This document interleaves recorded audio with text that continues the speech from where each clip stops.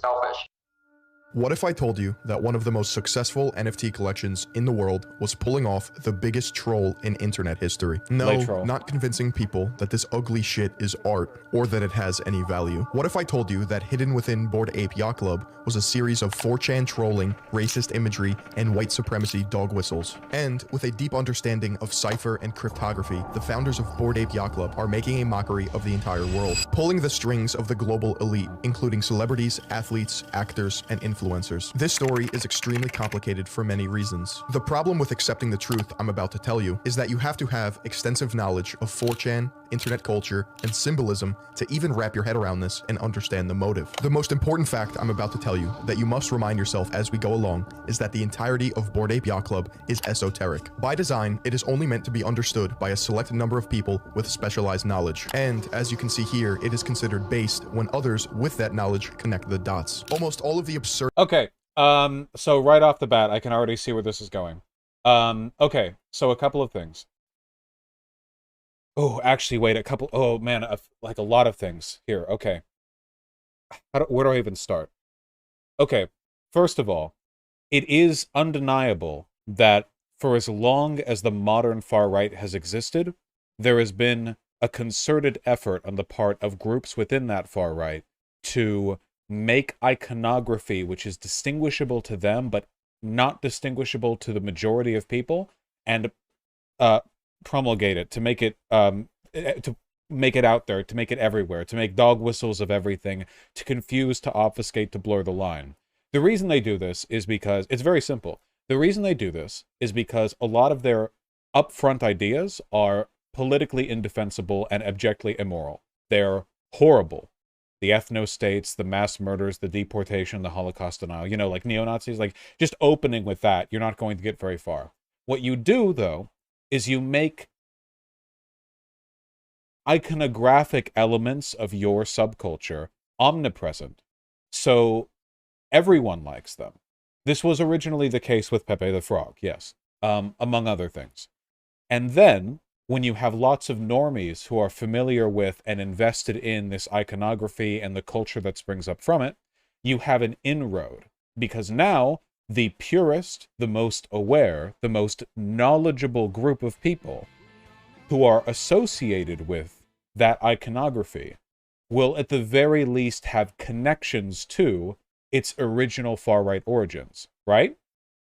So you have like meme imagery spread everywhere, and the more invested you get in it, the more likely you are to go to the places where these memes come from, in many cases 4chan or Pol, and then you meet people who like that imagery, who like that iconography, but they're very, very far right, you know, and you get sort of slipped in. Additionally, people who become aware of the far-right associations of that iconography can actually work to the benefit of the far-right people, the Nazis. Because imagine this.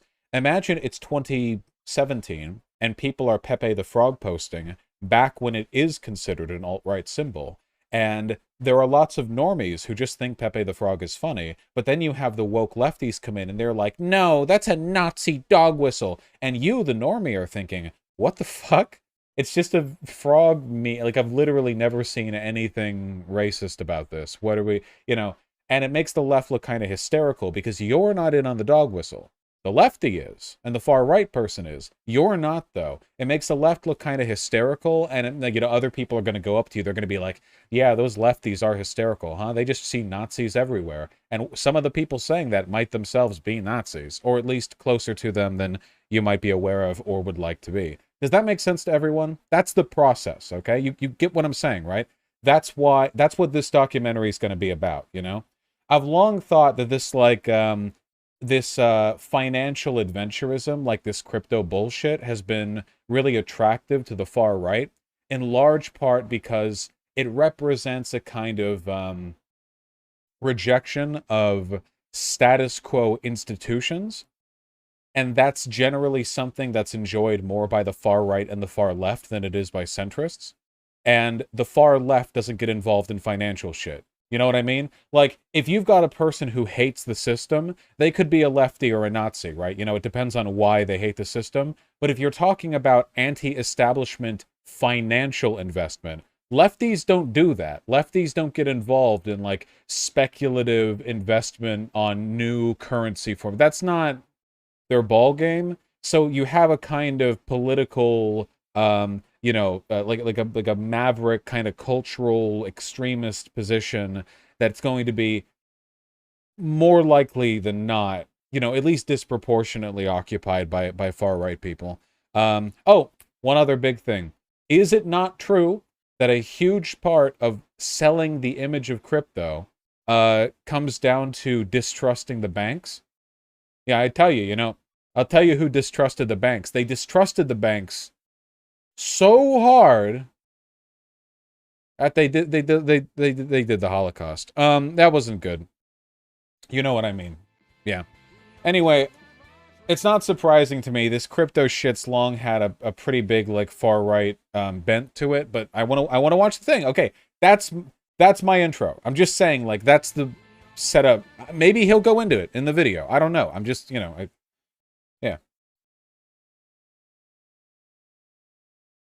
Artist references present in Bored Ape Yacht Club are glaringly obvious to the in-crowd and are invisible to anyone who isn't terminally online. I might as well be speaking a different language if I don't prime you on every aspect of this elaborate cipher. Combine this with Bored Ape Yacht Club being valued at over $1 billion, and you have yourself the gold medalists of the Troll Olympics. Probably not anymore, right? Didn't crypto values crash like right when this thing, yeah. I had my doubts about all of this. That was until I spoke with one of the top creative directors and internet artists in the world, who is an expert of internet culture, 4chan, and trolling. An artist who has worked with Kanye West, Grimes, and Tame Impala, among other creative projects that you've definitely seen. January 2022, a website goes live called GordonGoner.com. Signed at the very bottom was the signature of Ryder Rips. Ryder Rips is eccentric and is a trendsetter in every regard. He created the Deal With It meme, Dump FM, Internet Archaeology, and V-Files. When it comes to the internet, Ryder Rips is one of the most innovative artists of our generation. It's no secret that he uses internet culture and the nature of trolling to amplify his artistic messages. If there's anyone to educate others on iconography and the meaning behind art, it's Ryder Rips. And if I happen to be the founders of an NFT project manipulating the masses into asserting value on racist imagery, I would not fuck with him. For the past 6 months, Ryder Rips and other researchers have collected all of the data and sources that highlight Bored Ape Yacht Club's successful but depraved continued stunt. And I say continued because they still operate unchecked. 4chan is the gutter of the internet. Founded in 2003 by 15-year-old Christopher Moot Poole, this message board serves as a place where internet culture is born, discussed, and destroyed. Users on 4chan typically post as anonymous or anon, as they argue the identity— Fuck! I'm gonna have to emotionally deal with having things that I know explained to me for a lot of this, aren't I? I know we're trying to get normies on board here. Just, I have to assume a lot of people who watch me aren't like me and were on like back when they were 11 years old. So just, everyone buckle up. We're refreshing our basics if we've been here, and we are learning a lot of really strange shit if we have not been there. All right, let's go. of a user adds nothing to conversations at hand, but the collective anonymous culture of the message board has devolved into a degenerate pit of despair. Along with anonymous identities, there is virtually no moderation. As a result of this, threads on 4chan spiral into some of the weirdest and most disturbing— Oh, one last thing. 4chan's not cool anymore. I know that B has always been shit, okay? But, like, it's not anymore. It used to be. It used to have, there was like a genuine like schizo-oriented creative spark underneath a lot of it. It's definitely just like, it's high on its own supply, you know what I mean? Like, it's people in 4chan know they're on 4chan, so they think that gives their like fetid shit posts some legitimacy or artistic value. Nowadays, when most people think of 4chan, like, they don't even think of 4chan, they just think of green text. And most of the green text they think of are reposts from like 2011, you know? And now we have that green text bot where it's being done algorithmically and doing a pretty good job of it. So we don't even need 4chan. Finally, we found a way to distill the best part of 4chan without anyone needing to visit or post on 4chan. It's brilliant. rabbit holes on the internet. So why even post? Well, as Ryder Rips described to me, trolling is a sport on 4chan. This point alone is necessary in understanding the motive behind Bored Ape Yacht Club. Throughout the internet's history, 4chan has been responsible for trolling mainstream media endlessly. One classic example of this was when 4chan tricked mainstream media into thinking the OK hand symbol signified white power. The media ran with it, and as a result, actual white supremacists adopted it as their own. An internet joke that illuminated a problem with mainstream media, their willingness to post anything, was taken literally, and the meaning of the joke changed forever. Another example of this is comedian Sam Hyde being the ghost of Kiev. Lastly, let's talk about the benefit of the doubt. Imagine all of what I'm about to tell you is one giant coincidence. Somewhere along the grocery list of examples of Bored Ape Yacht Club being one massive alt-right inside joke is a point at which these similarities are no longer coincidences. Let's call this the tipping point. If I bring up one instance that highlights deliberate Nazi, fascist, or alt-right messaging, you may think to yourself, I see it, but that's a reach. So I ask you, what is your number? At what point do all of these examples become crystal clear in front of your eyes? For me, it was just one. First, let's... I like this. I like this right here. The whole, like, how many, like, weird, coincidental, like, bits of Nazi iconography need to pop up before it, like, means something to you. You know, I like that. I think that's a good question to ask. talk about the apes as a whole. You don't have to look far on social media to see that many people believe the apes in Bored Ape Yacht Club are inherently racist looking. Remember, they could have picked any animal, object, or thing to make an NFT project. Monkeys? Really? It seems a bit random, but we're dealing with deliberate messaging. This is not a mistake. This is Damon Dash, the founder of Rockefeller Records with Jay-Z. And then, I don't know if that monkey thing is like, because what's the biggest NFT? The ape. Don't you think that's a little condescending to our culture in a little bit? We just talking about that. I feel like, is that a way a nerd is trying to get cute and laugh at us? We was just talking about that. Because either way, you should tread lightly with monkey as it relates to our culture, because it's a trigger for us. And they keep doing it. So first I wasn't like, and then I was like, why is everything a gorilla or an ape or a monkey? Why ain't it a penguin or like a panda bear or something? Why is it something that's been used to... As a reflex, I don't know if I agree with this assumption on their part.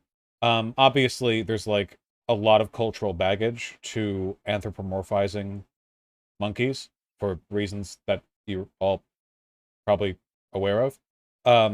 There are going to be people who are hypersensitive to it. It is worth pointing out, though, that when it comes to stuff like this, hypersensitivity often ends up being right, even if by accident, you know?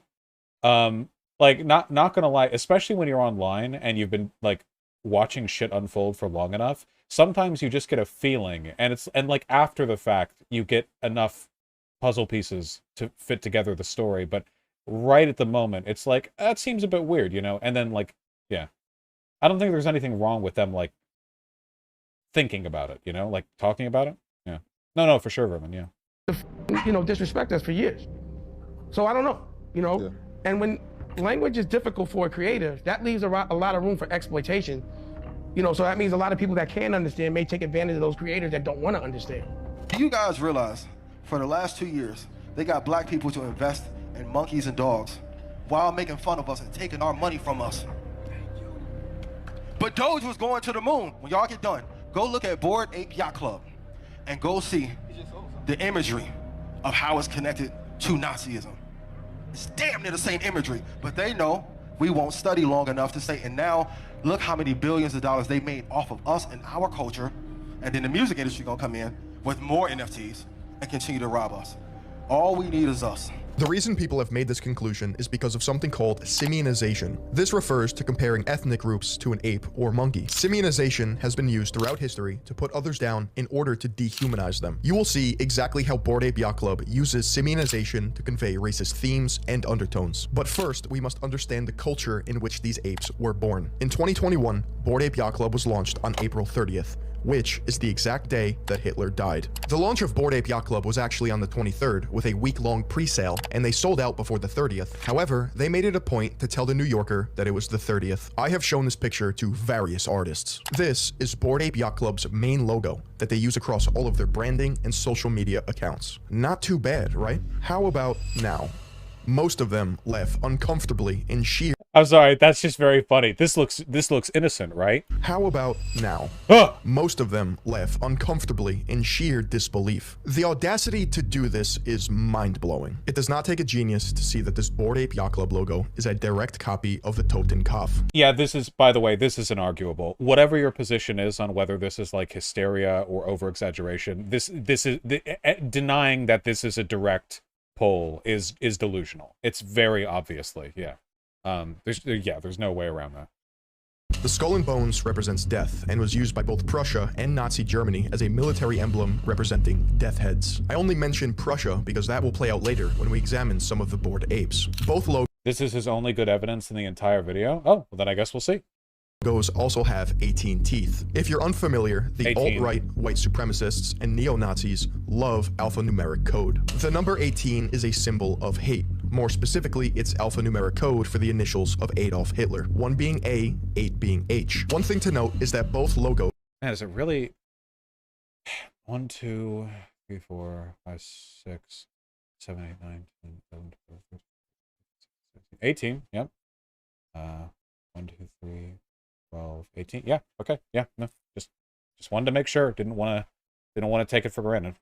also have a rough edge, which is uncommon in circular emblems. It's just another characteristic that demonstrates they knew what they were copying. Bored Ape Yacht Club was created by a company called Yuga Labs. Like everything in this project, the name has meaning. A little bit about us to start off the new year and what's coming. What's the inspiration behind the name Yuga Labs? We're nerds, and Yuga is the name of a villain in Zelda whose ability is that he can turn himself and others into 2D art. It made sense for an NFT company. When I heard this, I was confused. I've played just about every Legend of Zelda game, and I could not remember for the life of me who Yuga was. You see, Yuga is a boss in The Legend of Zelda: A Link Between Worlds, the 17th installment of the Zelda franchise available only on the Nintendo 3DS. If you're a self-proclaimed nerd or gamer, you wouldn't source your name from the most obscure Zelda game ever, let alone a game for the 3DS. Everyone knows that Ocarina of Time, Majora's Mask, Wind Waker, Twilight Princess, and even Breath of the Wild are the greatest games in the franchise. I could believe Ganon Labs, after the main antagonist throughout the entire series, Ganondorf, but Yuga? I'm not buying it. There is a specific reason they picked the name Yuga. On Yuga Labs' website... Wait, didn't they say they picked Yuga because the magic made art, like 2D art of a thing? Wouldn't... Okay, let me look this up. Hold on. Yuga, Zelda. Main antagonist, Link Between Worlds. The ability to turn people into two-dimensional portraits. Yeah, this seems like a reach. I never played this Zelda. If their ability is literally to turn things into 2D images, that seems like a pretty compelling link, other than whatever alphanumeric. No, I'll let him finish. I'll let him finish. I'm just watching. They pay homage to another project called the Hash Masks. This project was made by a Swiss company known as Suumkuik Labs. This phrase, meaning to each their own, was on the gate of the Buchenwald concentration camp. This phrase was also used on the face of Prussian helmets. And Yuga Labs loved Suumkuik so much that they even took their exact... Holy shit. Okay, we're breakneck pace. Give me a second here. Okay, hold on. Okay, sorry, just... project called the Hash Masks. This project was made by a... Okay, they made a project called the Hash Masks. A Swiss company known as Suumkuik Labs. This phrase, meaning to each their own, was on the gate of the Buchenwald concentration camp. To each their own, or to each what he deserves. Jidim de Seine, over the Buchenwald concentration camps. Okay. This has resulted in use of the phrase being considered controversial in modern Germany. Wait, they said a Swiss company, right? In Switzerland, don't they speak German primarily? Like, they're right next to Germany and they speak German primarily? Anything that's culturally taboo in Germany with this language would probably also be... Yeah, if something is considered culturally iffy in Germany, it probably would be in Swiss as well. Yeah, that seems reasonable. Okay. This phrase was also used on the face of Prussian helmets, and Yuga Labs loved Suumkuik so much that they even took their exact terms of service. Yuga has an entirely different meaning. The phrase Kali Yuga stems from Hinduism, and it refers to an age of conflict or darkness. What is the period we're in now? Because it seems like it's coming to an end. This is Kali Yuga, man. This is some weird shit that was predicted by the Bhagavad Gita. This is Guder Damarong, Battle of the Gods, yeah. Ragnarok. Tell me. This is what happens in cultures. Like, they go through these pitches, these ups and downs. The earliest mention of this phrase in internet culture was on September 11th, 2014, by an anonymous user on 4chan, in response to people being upset over Gamergate. Anon replied, "I know it is dark at times, but you just gotta learn to enjoy it, man. Embrace being the bad guy. Surf the Kali Yuga." Since then, the phrase spread like wildfire among the alt-right. First, it was made into a t-shirt by Vincent Vauquelin, who founded the French Dissent, an alt-right political party that operated from 2011 to 2021. Apparently, alt-right meme merch went hard, and the new design of the shirt in 2016 featured a toting kaf. And in 2019, a Telegram group called Kali Yuga Surfing Club was created. See anything weird here? The Kali Yuga is one of the cornerstones of traditionalist ideology that was preached by René Guénon, a French occultist and philosopher. Yeah, I have to say, his little bit there where he says, like, a real Zelda fan would pull a reference from one of these games rather than the obscure one, that really weakened the argument. If he just said, yeah, and it's true, Yuga does have a power that turns things into 2D images, but consider this, and then led into all this, that would have been so much stronger. I feel like a lot of people are legit just going to break off the argument. Like, they're going to stop, like, they're going to tune out, like, right there. And I agree, it is a really dumb thing to say. Like, you could lead into this way better, I think. But yeah, like, that doesn't take away from this info. Philosopher who is credited for introducing the Kali Yuga to the West. During his life, Guénon moved to Egypt, became Muslim, and preached traditionalism, which consisted of extreme anti-Semitism and an admiration for ancient societies, which included hierarchies of class and gender. Guénon and Italian-born Nazi sympathizer Julius Evola are both revered and memed on 4chan. You'll find threads in the literature and political boards placing these two on a pedestal and recommending their works for a sense of woke pseudo-intellectualism. Often messages will be left with PBUH, which means peace be upon him, a common Arabic phrase. You see, surfing the Kali Yuga manifested itself on Pole. It became a repeated phrase and dog whistle among users. In fact, embracing the darkness, or surfing the Kali Yuga, is a phrase that the alt-right has adopted in order to communicate a sense of collective. This might melt your brain, but stay with me. It's impossible to show the masses exactly what the founders of Bored Ape Yacht Club are doing without understanding. Wasn't Evola a proto-fascist? Yeah, these were all... The men they're showing here, the historical figures, are monsters. The Surf the Kali Yuga thing, basically, to them, just means, like, you know, the West is collapsing, like, you need to be, like, the strong one who will pick up the rubble. Like, it's, you know... Holy hell, this is also terminally online. Well, to be fair, the video did warn that. So, yeah, translation, burn it all down, yeah. Chan culture, or how 4chan acts as a think tank and hive mind. One of the worst aspects of Chan culture is pseudo-intellectualism. What you have is a bunch of trolls who haven't seen the light of day, that have collectively convinced themselves they are based, woke, and have the answers to this world. They find solace in knowing specific information compared to normal people, or normies. This is why it's considered esoteric. As a result of this, you have pockets of deranged people who study old texts, scriptures, and societies in order to extract archaic values and worship them. The founders of Bored Ape Yacht Club are terminally online, smart assholes. I hate to admit it. The founders are clever. And I mean really fucking clever. The four founders are Gordon Goner, Emperor Tomato Ketchup, Gargamel, and No Sass. You may be wondering, why do they all have obscure Xbox Live gamer tags? Well, if you think this is innocent, you're not ready for this. Number 1. Emperor Tomato Ketchup, Karim Adelaide, software engineer. On the surface, Emperor Tomato Ketchup sounds like a Fortnite skin. In reality, Emperor Tomato Ketchup is the name of a 1971 film that is banned across the world for containing child pornography. It's about children overthrowing adults and establishing their own supremacy, in which a young boy in a fascist uniform sexually assaults a grown woman. And if you were to ask Tomato himself, he would say he got the name from a Stereolab album, which got its name from the film. Another example of plausible deniability. Number 2, Gargamel. Greg Solano, MFA in writing. If anyone is familiar with the Smurfs, then the name Gargamel might ring a bell. Gargamel is the antagonist who turns sentient beings into money. He is widely known as an anti-Semitic depiction of a Jewish stereotype. And as Ryder Rips pointed out, 4chan also uses the term Gargamel to describe Jewish people. A reoccurring theme that you'll notice is that this entire umbrella of Bored Ape Yacht Club trolling stems from 4chan behavior, which is based on inserting enough absurdity to create plausible deniability.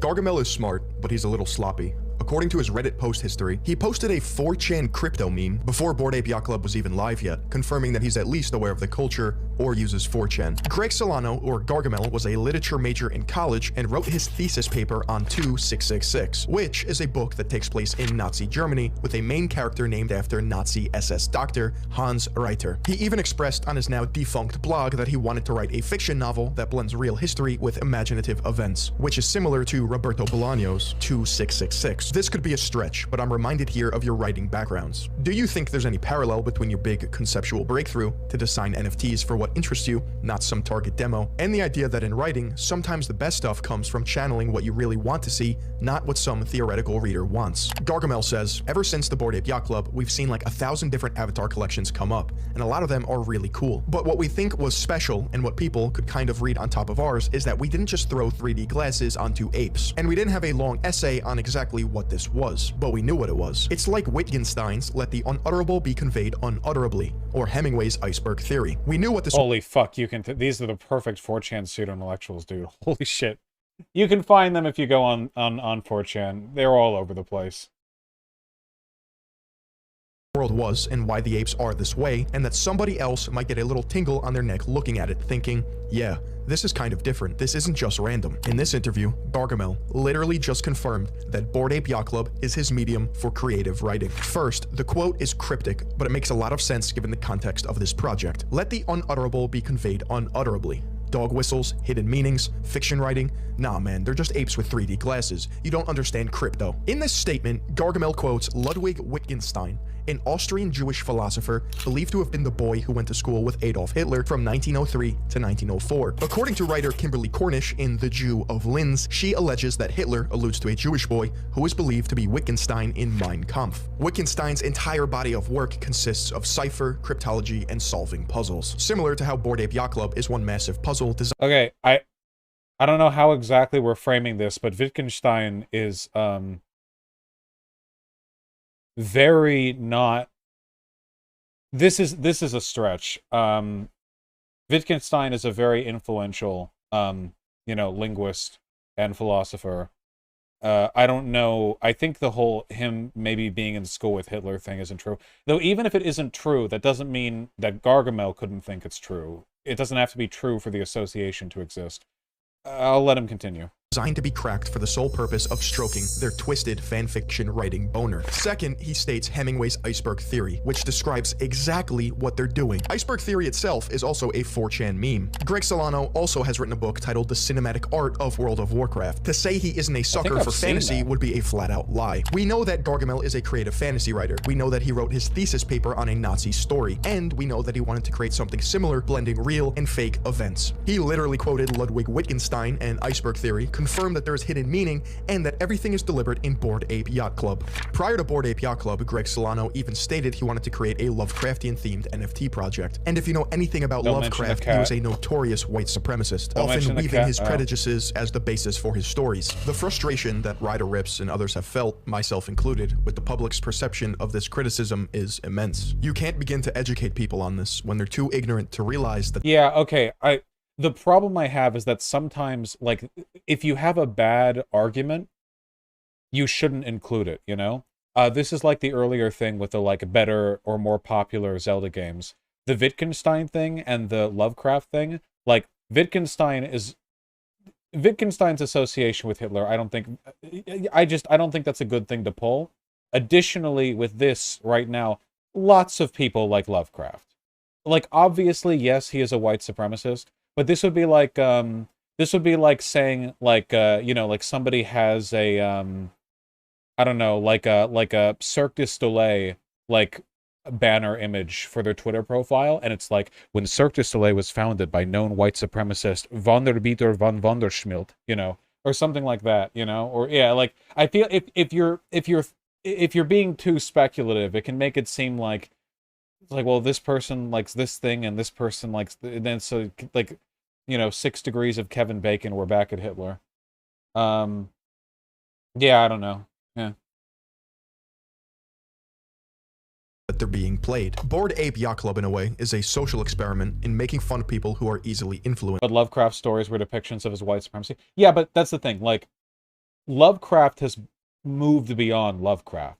Like, everyone loves Bloodborne. Or if he said he liked Bloodborne, would it be like Bloodborne is inspired by Lovecraft's work? Lovecraft, known white supremacist. Like, you can, like, there are limits, I think, to the associations you can pull, you know? I have literally said that I would like to, like, write something Lovecraftian, you know? I'm just saying, like, the more highly speculative stuff you throw out there, the more it seems to cheapen your other arguments in the eyes of other people. Not for me, of course. My brain is massive, and I'm very rational.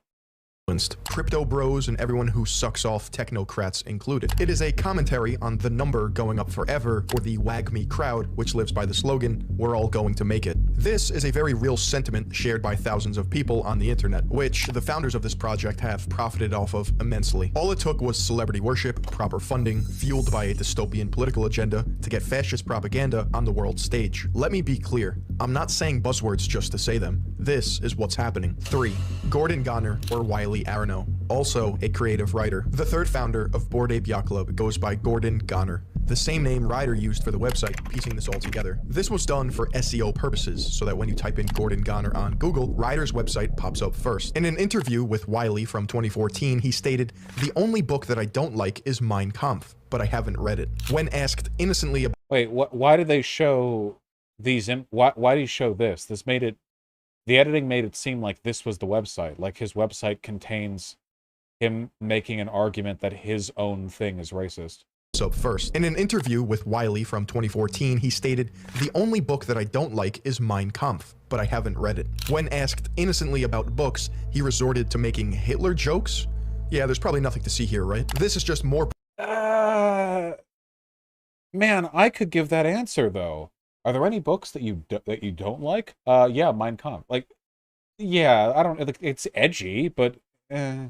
Proof that Wiley's attempt at edgy humor dates back to 2014. In an interview with Rolling Stone, Gordon Goner stated he chose the name because it sounded like Joey Ramone, lead singer of the Ramones. It should be known that Bored Ape Yacht Club's connection to the Rolling Stone is not random. It's through Neil Strauss, author of The Game, who is apparently writing about the subculture of Bored Ape Yacht Club. Gordon Goner is a full-phrase anagram for Drongo Negro. Drongo is Australian slang for stupid, and Negro means black. Drongo is also tossed around on 4chan and Reddit. It's not simply a random word. It is also conveniently a species of black bird. Another example of— Well, negro is Spanish for black, so...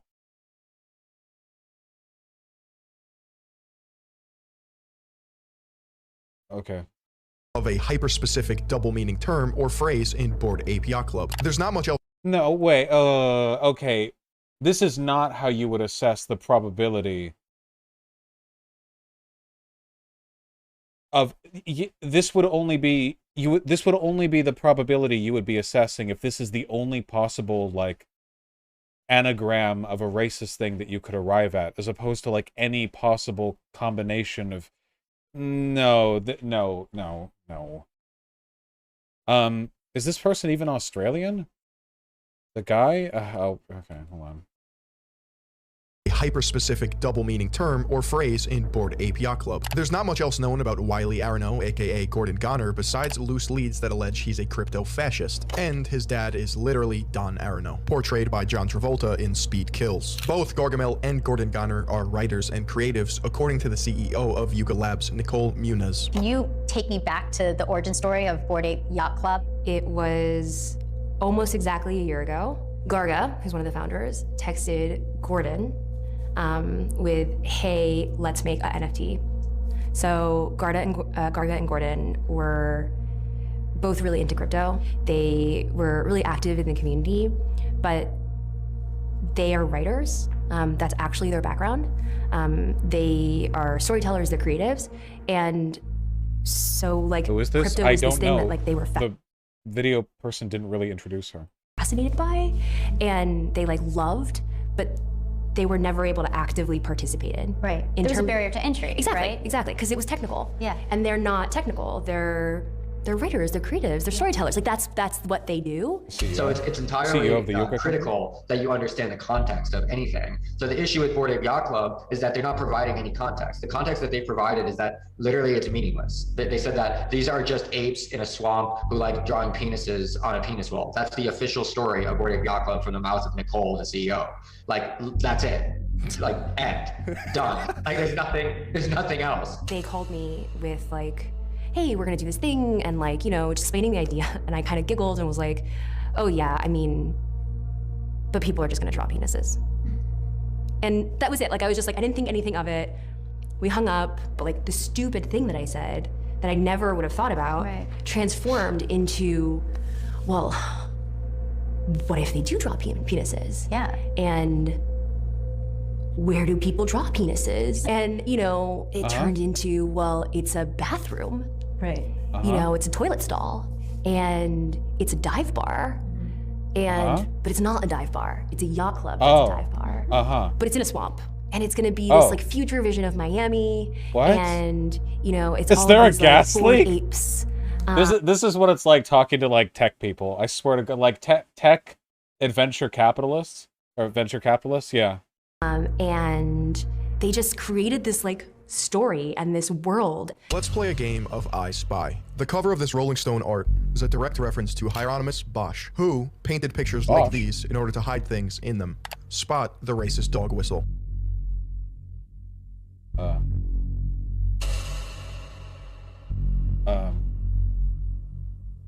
Ape hands are a racist dog whistle, alluding to the practice of Belgian King Leopold II cutting off Congolese hands for... Okay, hold on. Okay, there is a ape hand, also known as a monkey's paw. Like a monkey's paw. Like the mystical object that grants wishes at a cost. There are lots of cultural references to monkey's paws out. Okay. Ape hands are a racist dog whistle, alluding to the practice of Belgian King Leopold II cutting off Congolese hands for punishment in not working hard enough to produce rubber. The Congolese then started cutting off fellow African hands as it became a currency valuable to the Belgians in itself. Never underestimate the ability for Bored Ape Yacht Club founders to be this demented. Let's try this again. This is footage of the Bored Ape Yacht Club video game. Okay. That seems... Again, I know the point of dog whistling is that it's supposed to be a stretch, but... You know. Is this the same hat? I feel like the buckle on the front here is pretty distinctive. This is the same hat. It has this, like it has like a knot here instead of the emblem, but this strap across the front seems like a pretty... It's a typical safari hat. It's a pith hat. Let me see. A pith hat. Pith helmet. Lightweight... Okay, I see. They all have this type of buckle in the front. What is that? What is that for? Often worn by European travelers and explorers in varying climates found in Southeast Asia. Damn, dude. So this is just a type of hat? It's not even... I was wondering if this was, like, something very specific to, like, the Belgian, like, occupational forces under King Leopold. If this is just, like, a general type of hat, this association becomes a lot more ambiguous. See? In fact, this looks more like the one... See, it has that knot thing in the front. This, looks pretty much exactly the same. It's highly associated with it, but it's still reach. Yeah, it's just... Yeah, I don't know. It's just a safari hat. I don't know. And by the way, I don't think that this whole thing is just coincidental, by the way. These could very well be dog whistles. I think he provided compelling evidence to assume that the first and second people that he mentioned are Nazis, or at the very least crypto-fascists. The first and second of the 4 guys that he tied to the founders, I think the evidence that he provided to indicate that they're far right is sufficient. I'm buying that, you know? And that's all you need. having two people in your founding thing admitting that you like hiding stuff in plain sight, and then going forward and having a bunch of like weird coincidences, like that's enough, you know. However, there's a difference between evidence which is being presented as like this is why I think they're Nazis, and evidence that's being presented as like, well, here's something that a Nazi might do now that you understand that there are Nazis who made this. Does that make sense? There's a difference between this is original evidence to the first point, and this is supplemental to the first pieces of evidence given towards that point. You know, whatever. I'm just laying out my thought process. Is demented. Let's try this again. This is footage of the Bored Ape Yacht Club video game. See anything interesting? What's up with these bananas? Why is the bushel of bananas conveniently shaped like a swastika? 4. Sass. Zayshawn Ali, software engineer. The fourth founder of Bored Ape Yacht Club goes by Sass, and going off the theme of hidden meanings throughout their entire project, this is also deliberate. SA is the abbreviation for Sturm. Yeah. I mean, don't get me wrong. Actually, you know what? I'm going to give credit here where I didn't expect to. I've seen a lot of boomerangs and shurikens thrown around in video games. These ones look more like swastikas than most. That's all. You know, that's all I'm saying. You know, again, it could be whatever. I'm just saying that of the many spinny weapon things that I've seen in the many video games that I've played, these ones are quite a bit closer looking to swastikas than any I've ever seen before. That's all. I was just saying, you know. Yeah, they could have had 3 bananas or 5 bananas, but there are 4. You know, and they do form a square with their proportions. Yeah. 4. Sass. Zayshawn Ali, software engineer. The fourth founder of Bored Ape Yacht Club goes by Sass, and going off the theme of hidden meanings throughout their entire project, this is also deliberate. SA is the abbreviation for Sturmabteilung, and SS for the Schutzstaffel. Okay, well, okay, hold on. Oh boy, okay. Conveniently shaped like a swastika. 4. Sass. Zayshawn Ali, software engineer. The fourth founder of Bored Ape Yacht Club goes by Sass, and going off the theme of hidden meanings throughout their entire project, this is also deliberate. SA is the abbreviation for Sturmabteilung, and SS for the Schutzstaffel. SAS, or SASS, is the combination of the 2 primary Nazi military divisions. There are 2 possibilities that explain the behavior. That is very, very, yeah.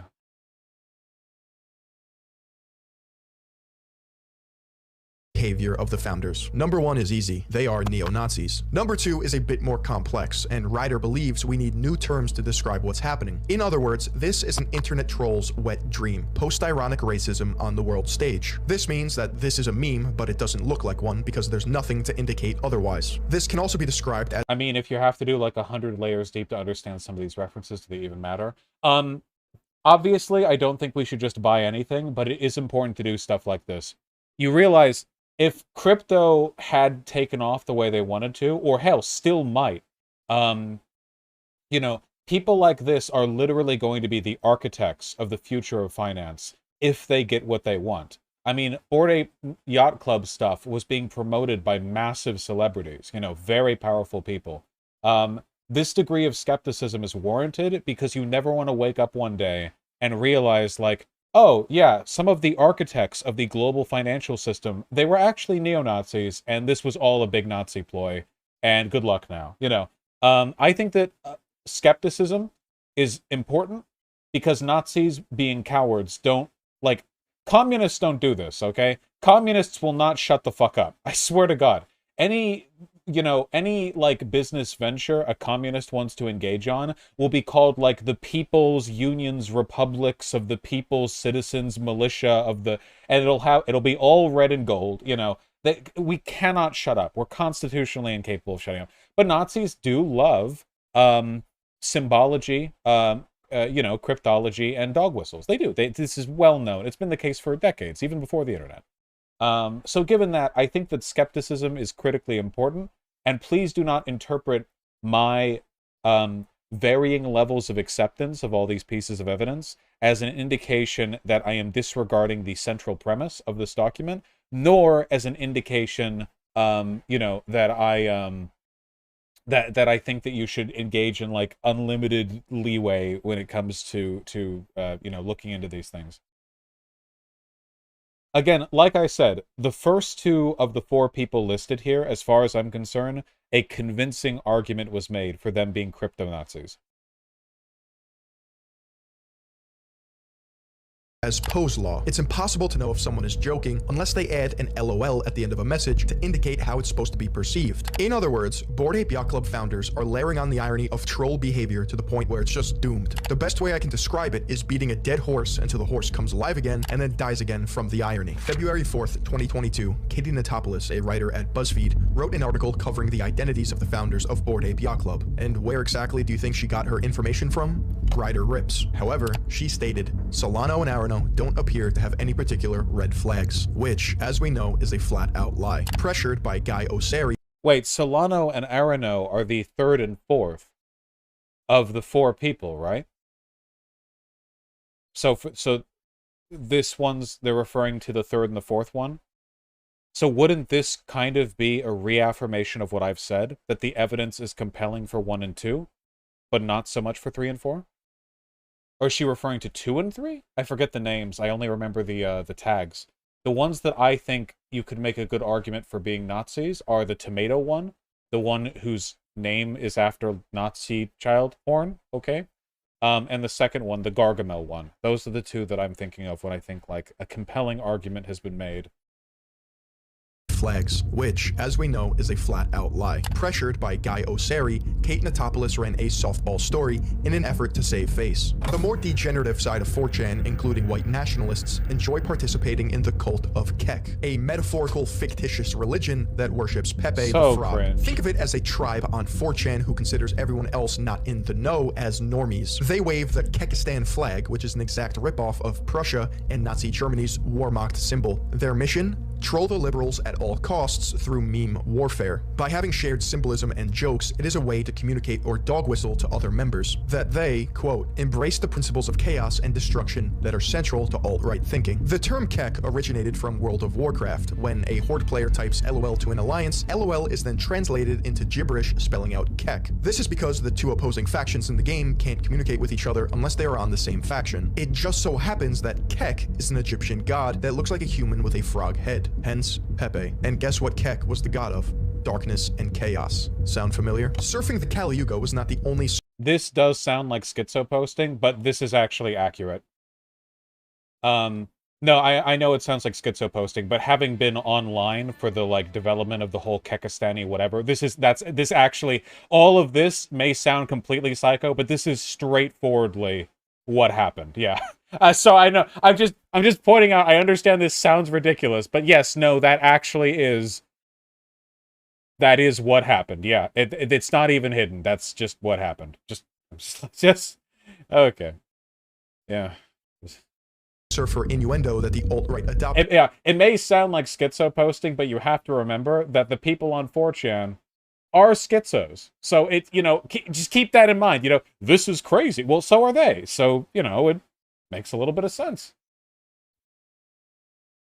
As lingo. In fact, they also use the word cowabunga to signify their alt-right beliefs to fellow members of the alt-right. It just so happens that one of Bored Ape's founder's wife had this exact lingo in her bio, which has now been deleted. And in September 2021, Bored Ape Yacht Club challenged the internet with a series of puzzles. Whoever cracked the secret codes would receive a Bored Ape Kennel Club NFT, a Bored Ape NFT, a Mutant Serum NFT, and 10 Ethereum. At the time, the value of these prizes added up to hundreds of thousands of dollars. This puzzle will demonstrate just how far the creators of Bored Ape Yacht Club are willing to go in order to play out their racist fantasy. This information is taken directly from this user's post on Medium. This whole puzzle started with a single stealthy tweet. somebody left a strange note at the bar. The image contains a message, "Come find me below," with the cipher text of U8JJ6. This is a keyboard cipher, where if you look at the keys below each letter on a keyboard, you see that it spells /Jimmy. Entering this after BoardApeYachtClub.com will take you to a new page, and you are able to load a puzzle game. Jimmy the Monkey is back on his bullshit again. In the clubhouse, the game is a 2D screen where you can click on rooms and interact with various objects. Most of the rooms contained a puzzle. The boat room contains a single interactable object in the room, which is a wall of dancing men.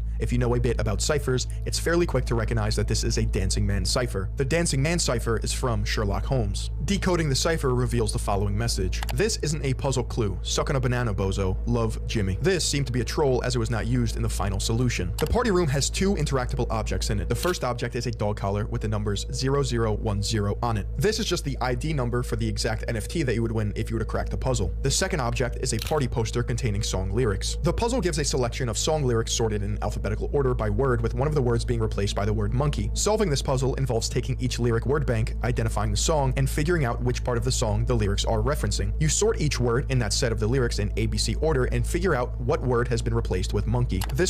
So far, everything here sounds like a fairly standard online puzzle hunt. Just to say, like, obviously it sounds psychotic, but this, yeah, the ARG, yeah, this all seems like you know, fairly reasonable. I'm just saying, you know, pay attention. We haven't gotten to the weird part yet. This results in the following troll message: "Wasted your time on this one, stupid apes." Entering the pool area presents you with 2 puzzles, one located on the inflatable duck in the pool and the other on a drink menu located next to the bar. This puzzle presents a list of duck-themed clues and their answer length. Going through and solving all of the clues results in the list below. With this answer set, reading the first letter of each answer gives the phrase "cocktails are shaken," which is a clue for the puzzle located next to the bar. Using the hint from the previous puzzle, we now know that this menu list is an anagram of cocktails. In addition, the text at the bottom of the menu indicates something extra was added to the drinks, hinting to there likely being an extra letter not used in the cocktail anagram. With there being 26 menu items, it seemed highly likely the extra letters or the cocktails used every letter A to Z for ordering when done. It is quickly realized all the cocktails start with a unique letter A to Z that, when put in order and reading the extra letters, gives orange liqueur used in spritz. Final answer: Aperol. Upon entering the kitchen, a sheet can be found lying next to the sink. This puzzle provides instructions on what to do. Begin by identifying the dishes that are clued on the left and filling out the blanks on the right. The extracted letters, highlighted yellow on the sheet, spell the phrase Gibraltar's Barbary, which is referencing a specific monkey that lives on Gibraltar, the Barbary macaque. Final answer: macaque. In the library, you can start by clicking on the bust on the top of the shelf, which contains a puzzle scroll. This puzzle is a Mad Gab style puzzle as hinted by the title, Bus Dan Dush Elf, which, when read aloud, sounds like bust on a shelf. You can make 4 Mad Gab style phrases using one word from each column on the scroll. The output of each Mad Gab is its own clue to a word. This final output is yet again a Mad Gab where ooze 6 ciphers can be read as use 6 ciphers, a hint for the bookshelf puzzle. When you click on the bookshelf next to the fireplace, it shows you an enlarged version of the bookshelf. This bookshelf contains many different patterns throughout. As you start to group the patterns together, you will discover there are 6 separate puzzles using 6 different ciphers, as hinted in the previous puzzle contained in the shelf items. The monkey hands. There are 6 hands throughout the shelves using American Sign Language to spell weapon. Naval flags. There are 6 international maritime signal flags throughout the shelves that spell Nassau. 5-bit binary. There are 6 groups of books colored orange and green. These books are 5-bit binary, which provides 10010, 00101, 00001, 10011, 01111, 01110. These can be converted to their decimal equivalent of 1851, 19, 15, 14, which can then be further converted to letters to read reason. Clocks. There are 6 clocks through the shelves. Each clock face has a different time, with both hands clearly visible. Using the clock hands as a flag semaphore, you can obtain the letters to spell salute. Book titles. There are some books facing forward with their titles clearly visible, and after reading through the titles, you will notice some of the words are from the NATO alphabet. Echo, Mike, Bravo, Romeo, Yankee, Oscar, and when you extract the first letter of each NATO word, it will spell embryo. Morse code. Between each of the bookshelves is a repeating pattern of a lighter color. Each shelf is a separate letter spelled using Morse code. If you decode the Morse for each shelf, it will spell analog. Now that we have all the words extracted, we need to extract the final answer. Looking at the words for a moment, it can be seen that the first letter of each word can spell answer when ordered correctly. Since the first letter spelled answer, we extracted the last letters to see if it provides an answer to the puzzle. The extract is Guanan, which is a breed of old world monkey, and it's the name of Rene Guanan. The game room contained 2 objects you can interact with. The first one is a game called French intellectual who remains an influential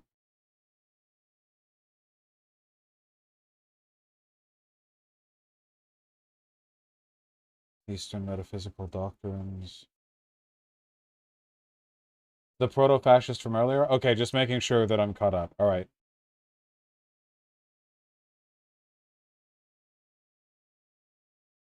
Right. Okay.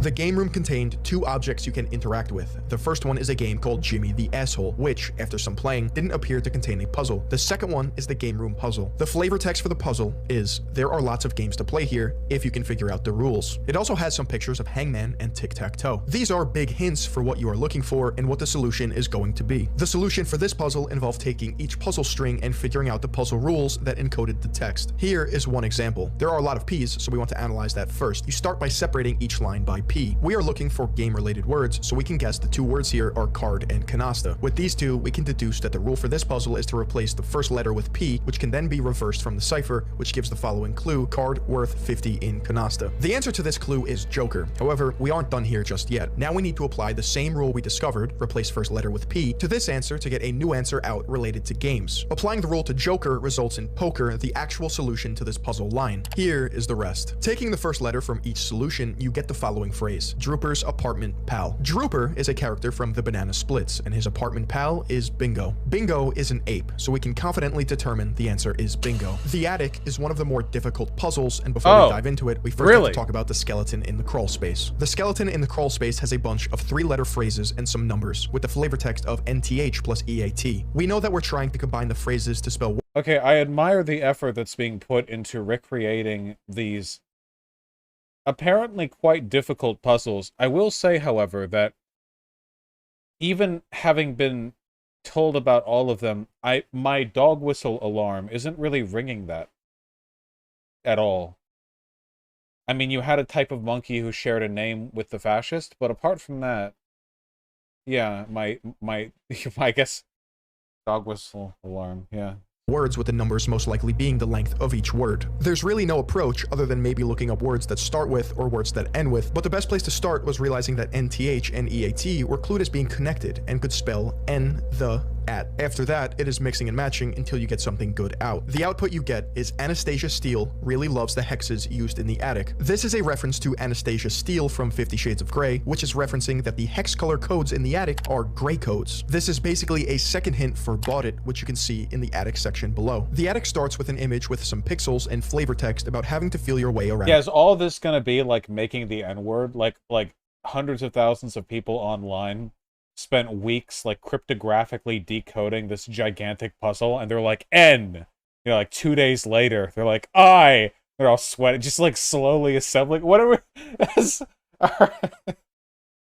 In the dark. This is a reference for being blind and hinting towards the pixels being braille. The phrase you get out of using colored pixels as braille dots: beginners always unlock dim old tones. If you take the first letter of each word as hinted by the word beginners, you get Bought It, which is a type of cipher. This is the one puzzle you can right-click and export the image, and it just so happens to be SVG. So we can extract the hex color codes accurately for the next step as hinted by the skeleton puzzle. Extracting all of the binary codes out and removing the lead 0, you get the following. Using Bought It and coding on the binary, you get the following. The only interesting thing we get is Calamar, which is another type of cipher. This suggests that our extract is valid, but the rest of it is cipher text. We can then use the string with a Calamar transposition solver, but without a key, it was just a bunch of guessing words as a key. Solvers of this puzzle got stuck here for a while until it was noticed that attempting some auto-solves on the grid, assuming 6 columns instead of 8, resulted in the final 8 letters looking like a scrambled version of Visionaire. Given the first set of data gave us Calamar, and having it almost end with Visionaire now, another type of cipher, was too likely to be a coincidence. Putting some effort in manually with a 6-column assumption, you're able to get the following. Using Calamar key of 412563 or 214563 gives an output that spells Visionaire at the end, giving us the following possible strings. Cutting Visionaire off the end and taking the remaining letters, we try to decrypt the cipher using Visionaire and testing keywords relating to Bored Apes and the puzzle. Eventually, they landed on the following: Australopithecus. At this point, it's time to solve the final solution. Taking the answer from each puzzles and sorting them in ABC, we get the following word. Yeah, after all this, fuck it, they've earned their racism. Congratulations.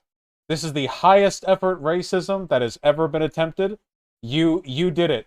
Well done. You've earned it. It is morally just, as long as it's predicated by this level of effort. Congratulations. Jesus Christ. You know, This is like somebody stealing a candy bar from a convenience store, and then when the police are chasing them, they hop into their rocket and fly to the moon and live on the moon. It's like, okay. You win. Congratulations.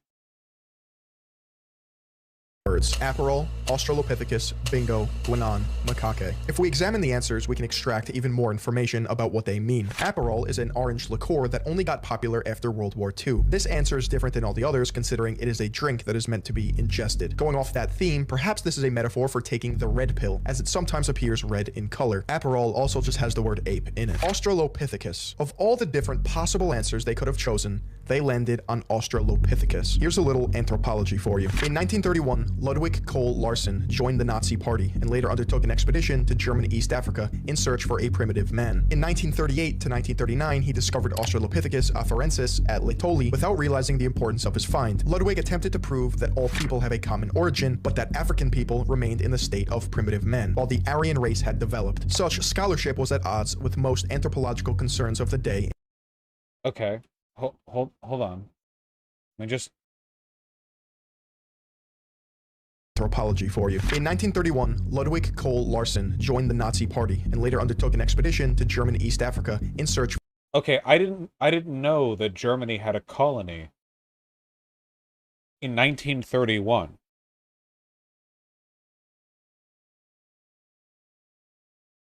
They all did? I thought that their colonial territories got broken up and taken over by the other European powers after World War One. No, they didn't. Okay, I just thought that. I guess I know they had a lot. Like Europe had a lot in Africa. I didn't know. Okay, yeah, German East Africa, near Madagascar. Okay. For a primitive man. In 1938 to 1939, he discovered Australopithecus afarensis at Laetoli without realizing the importance of his find. That sucks, dude. I didn't realize that Australopithecus had been discovered by a Nazi. Dude, that's such a huge fucking archaeological find. God.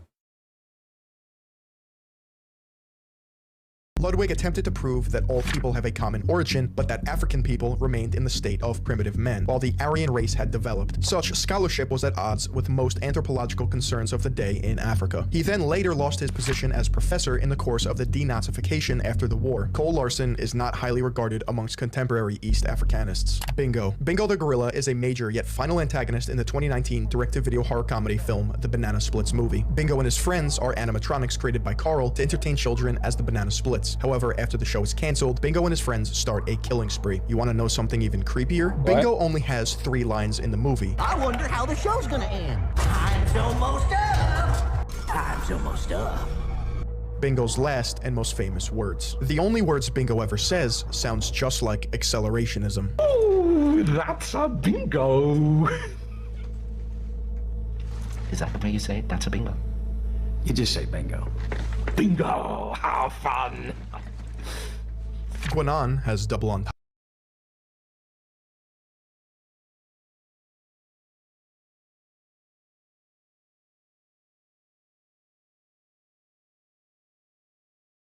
Okay, listen. I will say this much. If this is dog whistling, it is obscure enough that it cannot be effective as a tool for recruitment. I'll just say that much, you know. Stuff like this, if this is attempting to construe a shared language behind the veil, it is too abstract to pull a meaningful... So, I still think that it's valuable to know if the people who made this project are Nazis. I still think that's worthwhile. This stuff here, if it isn't a coincidence, is being done purely for the masturbatory satisfaction of the Nazis. It's not even trolling at this point. At this point, this is the thrill of exhibitionism. This is about tee-hee getting away with it in the public eye in a way that only they can appreciate. So this isn't dog whistling at this point. At this point, the only one who can hear it is them, you know. This is like the equivalent of wearing like rope bondage underneath your clothing and then going to buy groceries, you know? It's like this is for them. It's the point. The point is that they're the ones who are walking around giggling like, "Ooh, they don't know," you know. But yeah, you understand what I'm talking about here, right? You know what I mean?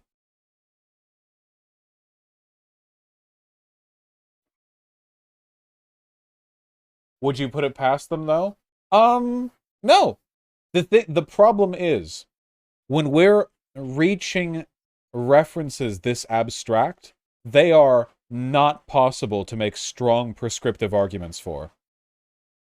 If you accept the premise that the founders of the Bored Ape Yacht Club, are crypto or like some kind of far right or whatever, the rest of this video is plausible. They're clearly intelligent guys. There's no reason why they couldn't do any of this.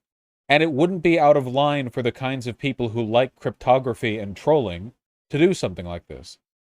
But that's what dog whistling means, though? No, it's not. Dog whistling is creating a shared language with people of a similar political persuasion that isn't recognized by normies. Nobody out there is getting this, except for them. Maybe like 5 other cryptology alt-right nerds, you know? This is for them. This is about exhibitionism, more so than anything. That's not to say this isn't an issue, you know, I still think it's worthwhile to look into it. But this isn't dog whistling.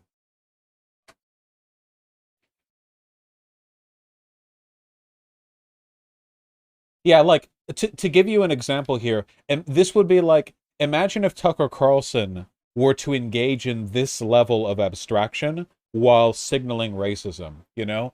Like, he says, bingo, and then you're like, bingo. That's just like when the guy said it in Inglourious Basterds. And also, Bingo was a character in the 1989 movie where there was a character who the last words that he said was "time's up," and the "time's up" is a reference to accelerationism, which is a component of the Kali Yuga. You know what I mean? Yeah. At this point, it's an Easter egg. Yeah, exactly. Perfect. It's not dog whistling. It's an Easter egg hunt. Okay. There we go. There we go. That's a bingo! Oh no, Vermin, I'm sure like 5 people get this or whatever. I just think it's categorically distinct from dog whistling. It means something else. Again, I'm not speaking ill on the premise of this video. Let's continue. Tundra, he's the father of traditionalism, bringing the Kali Yuga to the west, and Guanan is also a species of monkey. Macaque also has double entendre. Macaque is a racial slur and a type of monkey. By definition, there is a clear distinction of what type of monkey both Guanan and macaques are. They are part of the Old World classification of monkeys. In 2006, a Virginia senator was called out for using this slur. With close ties to Virginia, the founders of Bored Ape Yacht Club would definitely be aware of this political disaster. You too have gotten in trouble with words that you've uttered. Let me bring you back to August 11th. You were at a campaign stop, and a young man who was videotaping it for the web campaign was there also. Let's watch. This fellow here over here with the yellow shirt, Macaca, or whatever his name is, he's with my opponent. And let's give a welcome to Macaca here. Welcome to America and the real world of Virginia. And here's the young man, S.R. Siddharth. He's a resident of Virginia, an American citizen, straight-A student at Fairfax High School, now goes to the University of Virginia. Critics say that Macaca is a racist slur, and that you used it because he was dark-skinned. What did you specifically mean? Where did he get macaque from? I'm not familiar with this. This was before my time. You said, welcome to America and the real Virginia. Why did you use those words toward a dark-skinned American? Tim, I made a mistake. I said things thoughtlessly. I've apologized for it as well I should. But there was no racial or ethnic intent to slur anyone. If I had any idea that word, and to some people in some parts of the world was an insult, I would... Okay, so he used it as a slur, right? So this guy used it as a slur. Okay.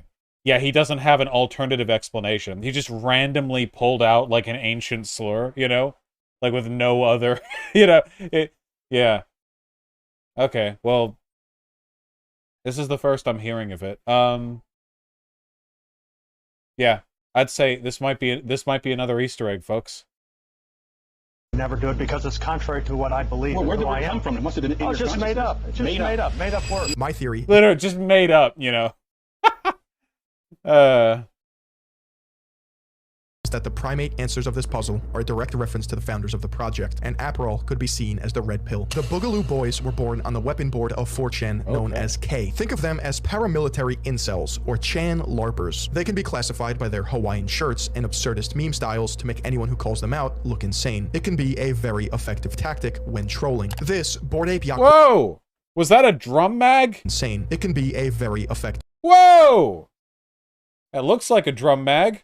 What are you doing? What is that, a goddamn Tommy gun? What are you doing? Is that a fucking PPSH? Wait, is it?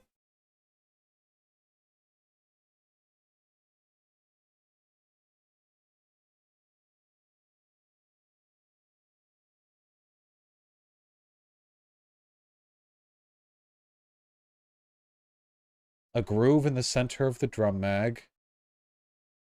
Wooden. No, it's not the same gun. It's not the same gun. Maybe something based off of it? I don't know. Whatever. This is totally irrelevant. Yeah. Sorry. Tactic when trolling. This Bored Ape Yacht Club shirt is an exact Boogaloo Boy Hawaiian shirt used to LARP by 4chan users. This is Ape 1480. Fuck me. Okay, you gotta let me pause on this. Okay, hold on. Hawaiian.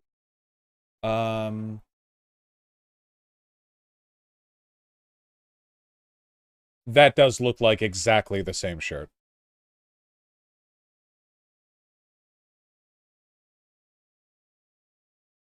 Is Somi KP31? Gotcha. I was just curious. It looks like exactly the same shirt to me. Is it a common print? I have no idea. It's literally just a Hawaiian shirt. Shirt used to LARP by 4chan users. This is Ape 1488. The number 14 is a neo-Nazi dog whistle. It is a direct reference to the white supremacist slogan known as the 14 words. We must secure the existence of our people and future for white children. The slogan was coined by David Lane, a member of the white supremacist terrorist group known as the Order. The number 88 is white supremacist alphanumerical code for HH, which stands for Hail Hitler. 1488, which is also included in the ADL database or the Anti-Defamation League, is a combination of these two hate symbols. But the fact is, guys, I've been on the internet 20 years. I know pretty much about every single different slur that's in the English language and a few in other languages as well. So not only do I understand all the slurs, I also understand the euphemisms like 1488. Here is where it gets really dark. What do you see on this ape? No, not the bloodshot eyes. This ape is wearing a prison outfit with the numbers 019807. If we take out the zeros, a practice in cryptography called null padding, we are left with 1987, which we can deduce is a year. You see, 1987 is a reference to the year that Rudolf Hess, a Nazi hero, died in the Spandau prison in West Berlin as a result of his conviction during the Nuremberg trials. It was destroyed the same year to prevent it from becoming a neo-Nazi shrine. Not everyone who has a Bored Ape is a... Wait, holy shit, that's the most metal thing I've ever heard in my entire life. Same year to prevent it from becoming a nation during the Nuremberg trials. It was destroyed the same year to prevent it from becoming a neo-Nazi shrine. They fucking destroyed the prison that he died in. Just, like, you will have no memory. You've died here and no spot will mark your fucking grave. Holy shit, that's so that's so fucking base, dude. Jesus fuck. Okay, okay, I gotta say, this actually is a pretty big coincidence.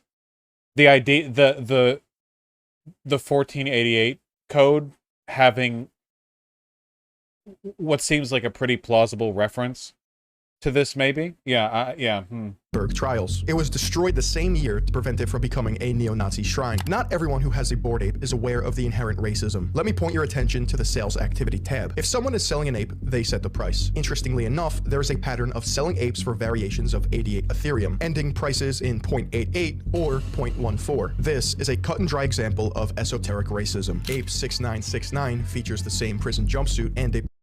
Fuck, without, like, more data, it's impossible to know how meaningful this is, you know? Like, how many other non-0.88 sales are there? Is there a statistically significant uptick here? I would be willing to bet there probably is. I would be willing to believe that there probably is more yeah. Esoteric racism. Ape 6969 features the same prison jumpsuit and a Prussian helmet with a shit-eating grin. This is a troll hidden in plain sight designed to mock everyone who looks at it. The odds of Ape 6969, which is a troll in itself, having both the prison jumpsuit and a Prussian helmet is statistically near impossible. Apes in the Bored Ape Yacht Club That seems totally arbitrary. 6969? I mean... project are adorned with various characteristics. This can include clothing, accessories, eyes, faces. Anything you see on these apes can be randomly generated to produce the final product that we see as an ape. By design, some of these characteristics are more rare than others, which means more desirable, which results in a higher price. Some of these characteristics are harmless, but there is a definite through line with one characteristic in particular: headwear. The Prussian helmet is known as a Pickelob, which is a reference to the German Empire from 1871 to 1919. The Vietnam-era helmet features an Ace of Spades card attached to the helmet, which was a custom American soldiers started in World War II, but continued in Vietnam. In Vietnam, however, American soldiers would leave an Ace of Spades on dead Vietnamese soldiers. The card in the Bored Ape helmet has a letter. What? Is that true?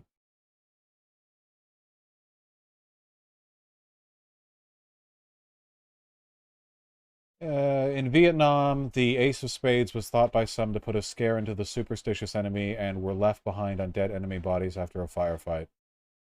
Okay, yeah. You Google Vietnam Ace of Spades, that comes right on up there. So, yeah.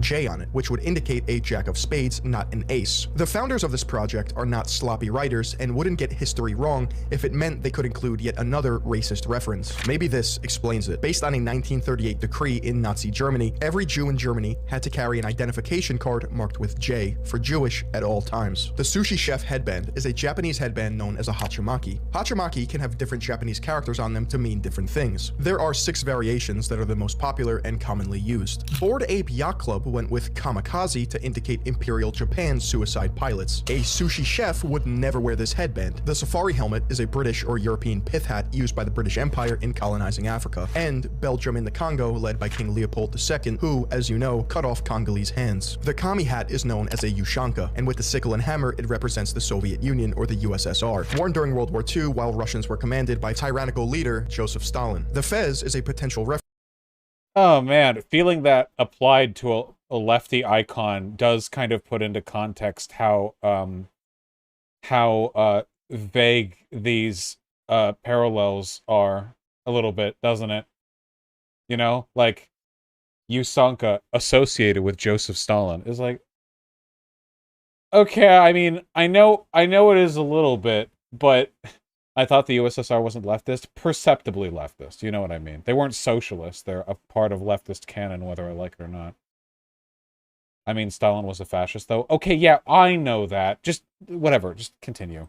Reference to the Ottoman Empire, but there's also such thing as a Nazi fez. With all of these helmets and headwear, one can see a clear picture of Chan culture's fetishization of power and dominion of those they deem weaker. October 2021, music manager Guy Oseri, founder of management firm Maverick, who represents Madonna and U2, acquired representation of Bored Ape Yacht Club. This would include securing book deals, music, television, video games, and even movie integrations. This was a power play for Bored Ape Yacht Club because it legitimized funding and star power behind the project. With the connections of Guy Oseri, Bored Ape Yacht Club now had a way to control the media messaging around their project. The project obviously has so much hype and so much support.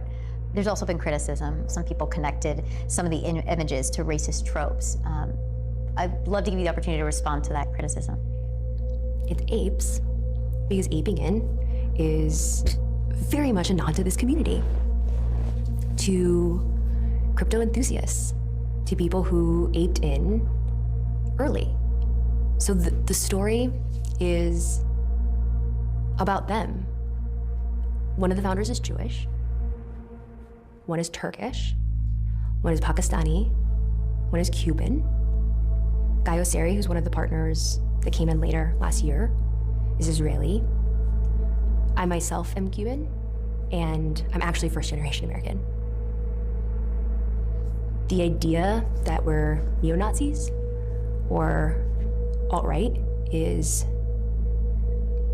offensive, it's hurtful, it's totally untrue. I don't trust anything she's saying. This seems like a very insincere and highly prepared response right here. I feel like if this was genuinely like a really, really ridiculous accusation to be thrown your way, you would I mean, you would just like laugh it off, basically. I mean, that's like a really weird thing to, you know, you could be like, yeah, people think this, you know, like, but this response feels like a very prepared, yeah, just.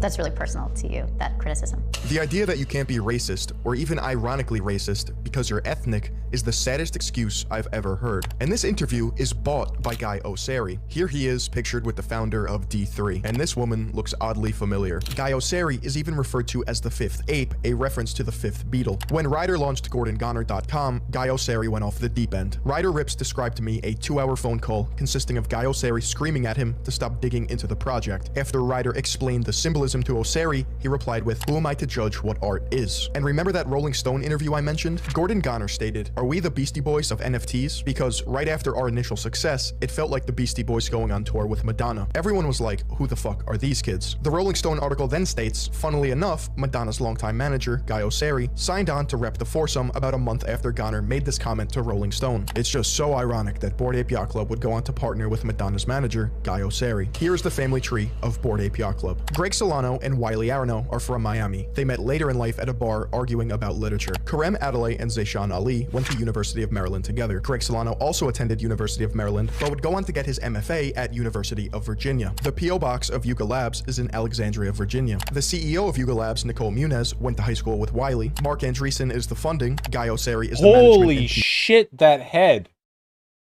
Oh my fucking god. That is incredible. This has to be like the smartest guy ever. Holy shit, did this guy design the fucking ARG from before? Was this the guy who fucking constructed the gigantic schizo puzzle? Jesus, that is nothing but respect. Who are you calling Pinhead? Yeah. And it's not a far stretch to say that Neil Strauss is their Rolling Stone media connection. He is also writing a book based on Bored Ape Yacht Club. Guy Osseri and Neil Strauss go back to 1998, when Guy Osseri was featured in the credits of Neil Strauss's biography on Marilyn Manson. One of the most mind-boggling parts to this ongoing story is celebrity endorsement. Everywhere you look, a new celebrity flaunts their hideous Nazi propaganda. I wouldn't expect them to know any better, but there's something going on underneath the surface. I really, really, really wish that he wouldn't overstate the case like this. Like, again, you can say like this project gets promoted by these big celebrities, but flaunting hideous Nazi propaganda is like a comedic overstatement. Like that. I don't think it's appropriate. In fact, I think it's downright irresponsible to frame it that way. I mean, it's sensationalist. You know, I think it obscures the meaning too. I know most celebrities are denser than a cement block, but you can't convince me they would all spend hundreds of thousands of dollars on these JPEGs just because of hype culture. So what's actually going on? In a Twitter Spaces video, Ben Baller, a celebrity jeweler, describes the process of receiving a Bored Ape. Real talk. Not once, not twice, 3 times. Okay, I'll tell you, having not watched this video, I know exactly what happens here, okay?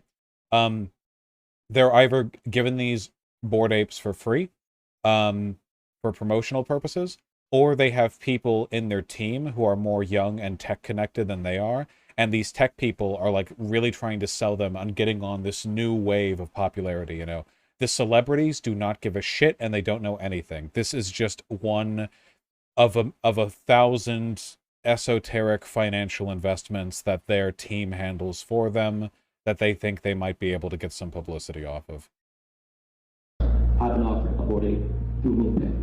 I had Adidas hit me up, my DMs, you know, on Instagram. Hey man, you want to close? Facebook does. Oh, I told you own a Bored Ape. No, I fucking don't.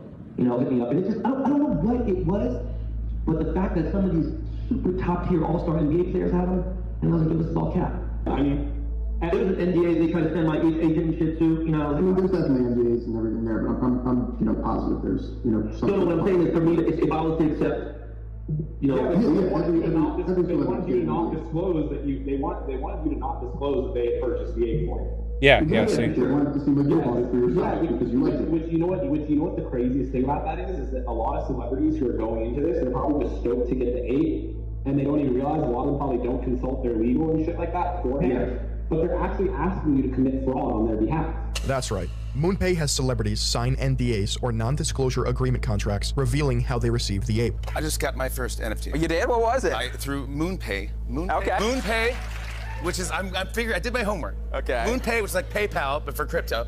In fact, Remember, if you've watched the Dan Olson video, the Folding Ideas video on NFTs, remember that NFTs are being pushed as a part of crypto, as a way of marketing crypto through iconography and artificial scarcity.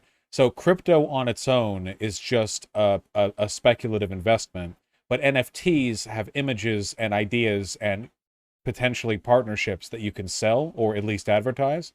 So it's a way of getting celebrities on board to popularize crypto. So all these Bored Ape Yacht Club guys are the most lucky NFT printers as part of a broader financial effort to incentivize crypto investment through using NFTs as a vehicle to get celebrities to endorse crypto.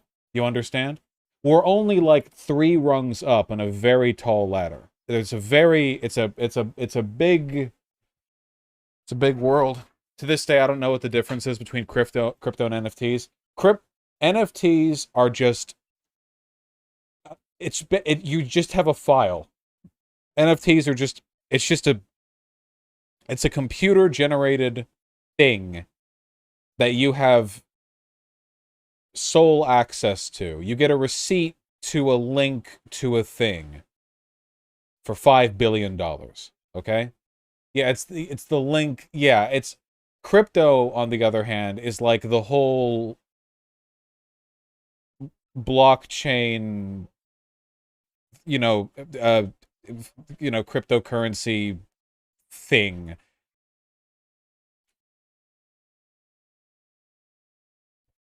Yeah, I know. It's not exactly my area of expertise. Yeah, crypto is the infrastructure, and NFT is just one brick laid upon it. Celebrities aren't even buying them, and they're lying through their teeth about why they bought them, all while committing fraud on MoonPay's behalf. Receiving a Bored Ape as an endorsement and not explicitly stating that you were compensated violates the Federal Trade Commission's laws. So next time you see a celebrity show off their Bored Ape, you can see who's a puppet taking advantage of their audience, all while unknowingly contributing to an apocalyptic political ideology backed by the technocratic. Wait, this isn't always true, right? The laws for disclosure of acquired goods for advertising purposes, that's not something that applies to all platforms. In fact, I believe the UK has stricter rules when it comes to this than we do. I don't know if this is universally fraud. Yeah, I don't know. Yeah. Think of how many times you've seen celebrities in like Prada or like Gucci or whatever. Have you heard them say every time, yeah, I was given this for free? Not really. Elite. You may be asking yourself, who designed these apes in the first place? Surely they would be the ones responsible for drawing the racist imagery, right? Currently, it is believed that there are 6 artists on the Yuga Labs team. However, there was an artist in particular that provided the base layers for the apes. Her name was Seneca. When confronted and shown the finished designs, she claimed she did not even recognize the final product and was shocked at the characteristics she saw. Seneca described payment from Yuga Labs as not ideal. After all, they were rolling in millions of dollars, and from Yuga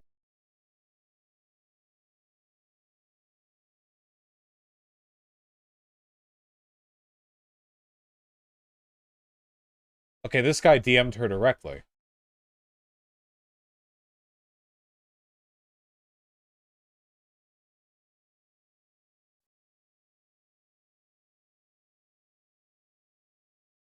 Wait. This is actually really bad question asking. With respect. I'm going to read this out loud. See if you can find the problems. Lighter voice is hers. No one in their right mind draws that last one. What? They are. Okay, so firstly I did the main drawing and a couple of the big traits. The other variables were made by production artists and by Yuga. Why is it called Yuga, and why is his name Gargamel? Anyways, that has nothing to do with me. I'm not here to attack you. I've done client work I hate. I don't care about your involvement one way or another. Also, honestly, Ryder, I was kind of a fan of you and the Funks, but you're coming at me kind of hard without knowing my full story. It's fine to make assumptions, but I don't think I want to continue this convo if you're going to be jumping to conclusions. Just curious how it came to be apes in grills and prison uniforms and Nazi hats selling for 400k lol. Wild times, I have no conclusions. Why did he approach her in this way? He might have been able to get way more useful information out of her, but this is a very weird, accusatory... Yeah, this is very tactless, essentially. Yeah, very aggro. She was on the defensive, like, this is Ryder, not the guy who made this video. Wait, was this not Ryder? Oh. Okay, never mind, this is someone else. So I thought, I don't know this channel. I thought this was the guy who made it. Okay, so this is a different... Okay, never mind, pull it back. However, you know, leaving aside, so this isn't this, that's good. Whoever's DMing here, whoever this person, Ryder, is, they're doing a really bad job putting these questions forward, in my opinion. This is the guy DMing, Ryder Rips. Okay, gotcha. Wait, Ryder Rips? In February 2021, Rips and American rapper Azalea Banks announced their engagement. They made an audio sex tape and sold it using NFT, which was then up for resale for $260 million. By March, Banks had announced they split up. This person? This is who we're referring to?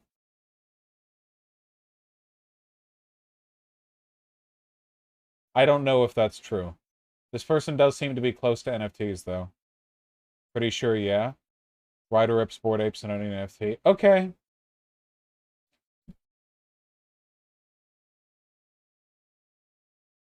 Labs as not ideal. After all, they were rolling in millions of dollars and she wasn't even getting a slice of the pie. However, it is speculated that Seneca received a $1 million bonus from the company after media outlets front-ran her story. At the end of the day, Seneca, a very talented artist, was not responsible for this imagery. The Bored Ape Yacht Club project represents a sinister commentary on people's eagerness to hop on trends and projects just because it's in the spotlight. I say this is an ongoing story because on April 30th, 2022, 1 year after launching Bored Ape Yacht Club, Yuga Labs launched a metaverse called Other Side. If the date sounds familiar, it's because it's also Hitler's death day. The sprites available in the video game that doesn't exist yet are called codas, spelled with a K. In music, coda with a C means the end, and obviously the theme of transitioning from life to death or crossing to the other side. Their new metaverse also features Stonewall Jackson, a reference to the Confederate leader Stonewall Jackson, and Plot 1 is owned by Emperor Tomato Ketchup. Along the way, Ryder Rips that is a direct reference. Can't get around that.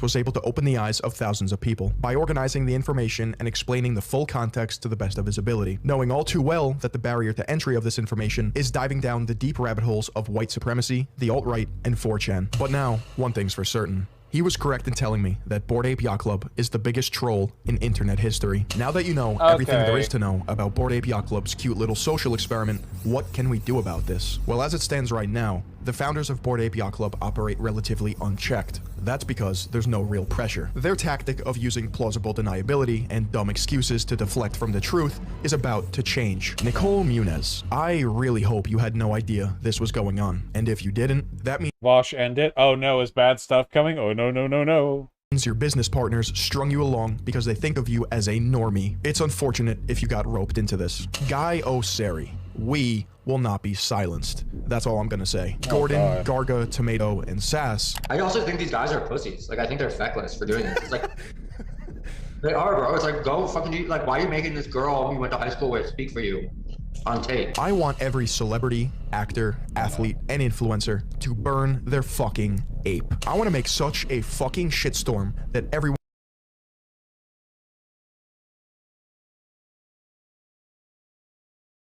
Man, you know what? This might actually be my favorite kind of video for streaming. Because we've got a lot of info, we've got a lot of laughs, and we've gotten to experience a wide range of emotions, you know? Remember that video we were watching of the incel dude who was critiquing the female dating instructor, and then it turns out the female dating instructor was actually really, really bad and a lot of the criticisms were worthwhile, but then every once in a while the incel guy would be like, well, an incel, and would say some crazy shit. It's like the scales are constantly turning on my feelings in this video. No, that was good. I love that. I'm living right now. Okay, keep it up, my dude. What's next? One from Steph Curry to Post Malone to Jimmy Fallon is forced to act. You see, this little price tag is contingent on you, the market, the people. But in their minds, it's the normies, the sheep that made them rich. So I ask you, are you a fucking sheep? I want each and every one of you to tweet hashtag burn, BAYC on Twitter. Let's play their game. Burn means to destroy, but it's also something you can do with your NFT if you hold one. Not only will we sink Bored Ape Yacht Club because of their disgusting scheme, we will send a message. This message will be loud and clear. We will not be manipulated. To piss off 8 profile pictures and amplify his own research, Ryder created Ryder Rips Bored Ape Yacht Club. Ryder won a DMCA takedown request against Yuga Labs, solidifying the point that you can't copy an NFT. Ryder also set his royalties to 0%. In this case, it's truly not about the money. He is also creating Ape Marketplace, saving people billions of dollars a year in gas fees. Oh, and if you see my profile picture, don't be fooled. It doesn't contain any racist imagery. It's also from the Ryder Rips Bored Ape Yacht Club collection. Silly goose, you can't copy an NFT. And I think I'll call him Caesar. You can even use him as a profile picture, because we're about to take over. What?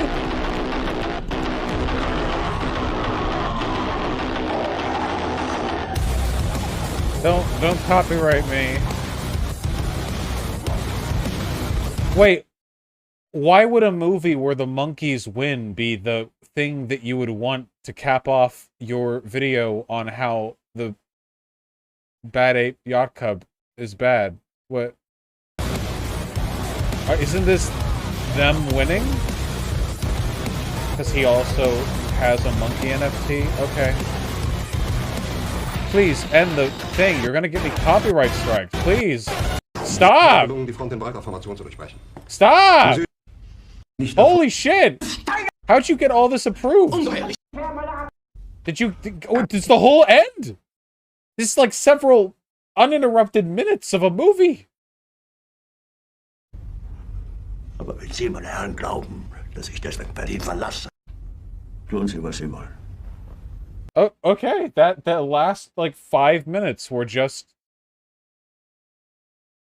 the movie, the movies. Wow. Okay.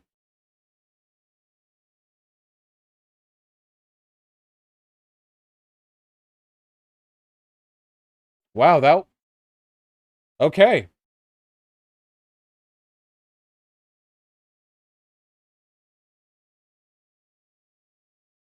Wow.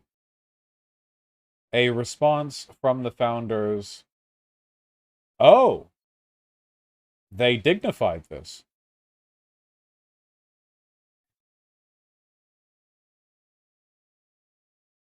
As you may have heard, we become the target of a crazy disinfo campaign accusing us, a group of Jewish, Turkish, Pakistani, and Cuban friends, of being super secret Nazis. Right off the bat, very sussy. Immediately, like, giga sussy opening, the kind of thing that literally, like, the Nazis would write to like, laugh at people who are, yeah. Right off the bat. Even though the ADL, which exists to protect Jewish people around the world from just the kind of hatred and slander, has confirmed this isn't true, trolls are still spreading ridiculous spirits. When has the when has the ADL come out to claim that the Bored Ape Yacht Club people aren't Nazis? Is that a thing that happened? I responded to much of this bullshit before, here, and here. Okay. What the fuck? What?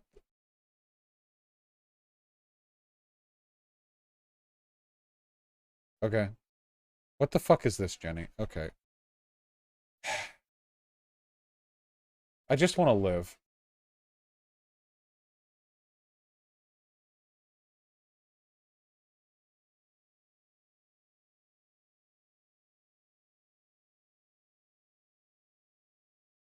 What was the inspiration behind the design of the Bored Ape Yacht Club logo? We never wanted to take ourselves too seriously, so the look of the club is ramshackle and divvy? Divey? Everything about the BAYC was meant to convey a spirit of irreverence and absurdity. With an ape skull, it converges how bored they're bored to death. This is a dodge, 100%. As far as I'm concerned, the logo is literally all you need. Yeah, it's an almost perfect copy of the, yeah. This is like a pathetic misdirection. It was meant to convey the spirit of irreverence. There's an ape skull because they're bored. Like, yeah, okay. Okay, yeah, sure. Yeah, sure. Plus the 18 teeth thing? Yeah, okay.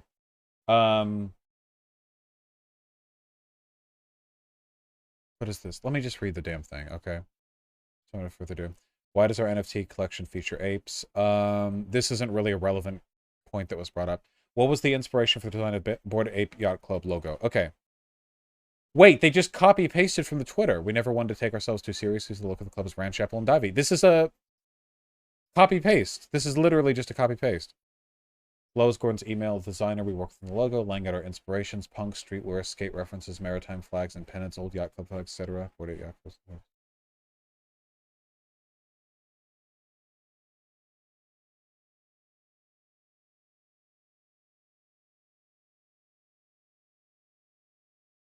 This doesn't mean anything.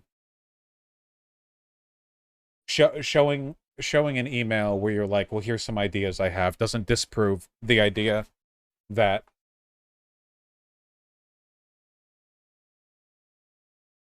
you would, like, pull it from Nazi iconography.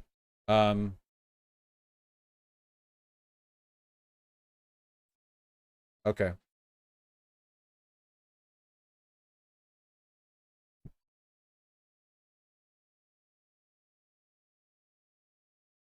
I'm sure the troll will find a way to tie the SBC in it here or other stuff.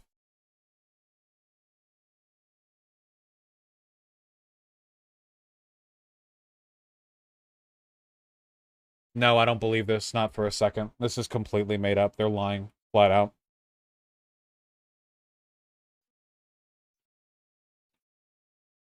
They're just lying.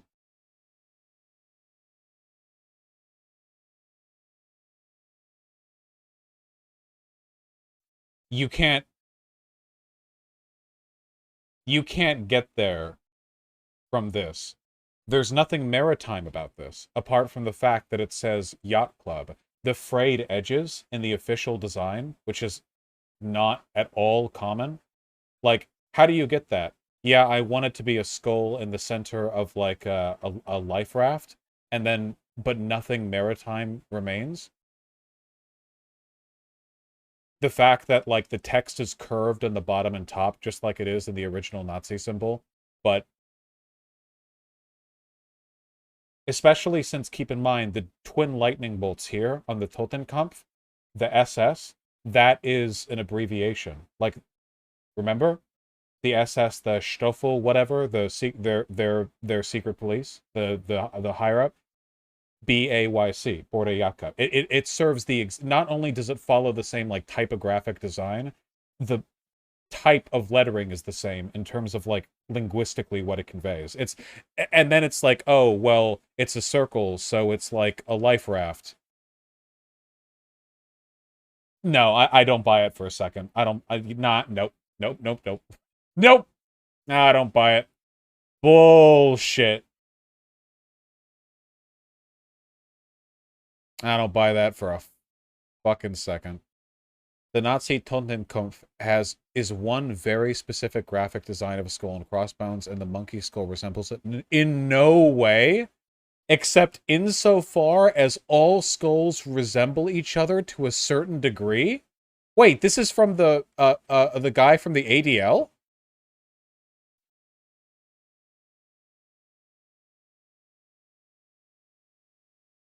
Wait. Was this an ADL statement, or was this from a guy who's a senior research fellow at the ADL Center of Extremism? Because this is not an ADL article right here.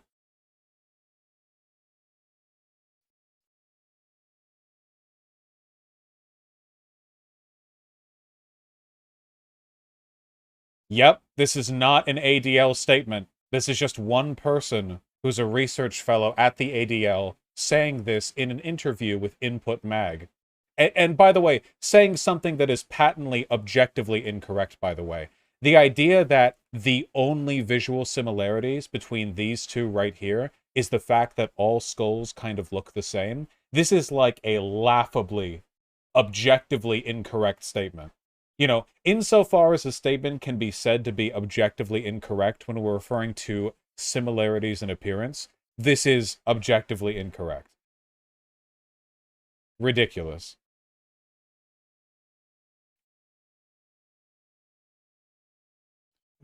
The monkey skull resembles it in no way, except insofar as all skulls resemble each other to a certain degree. Yeah, no. Yeah, research fellow could mean anything. So, unless there's some other thing that I don't know about, at the beginning here, when they said the ADL has confirmed this isn't true, that was a lie. This is a lie right here. A senior research fellow at the ADL responding in that way to a specific tech outlet is not the same as the ADL itself confirming that these accusations aren't true. Especially since the person from the ADL was only talking about the design, not the entirety of the accusation that these people are super Nazis or whatever. Yeah, no, there's just no way to say that they're not visually the same. Talk about the company name, Yuga Labs. Gordon spent a decade practicing Hinduism. The Kali Yuga is the current era we're in, according to Hinduism. Oh, wait, so they just admit that the Kali Yuga reference is... Wait, they just... Oh, okay, well, there's nothing spurious about that then. They just straight up says it, yeah. The ADL quite literally laughed at the suggestion that Kali Yuga had anything to do with white supremacy. Can I get a source on that? Do you have a link? The last time they said the ADL did something, it turns out what they actually meant is that someone who once was in the same zip code as an ADL building.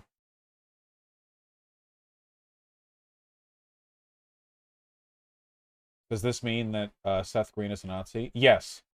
This is my new adamant position. Anyone who has ever owned a Bored Ape Yacht Club NFT is a Nazi, and he does own and has memorized Mein Kampf. Yes.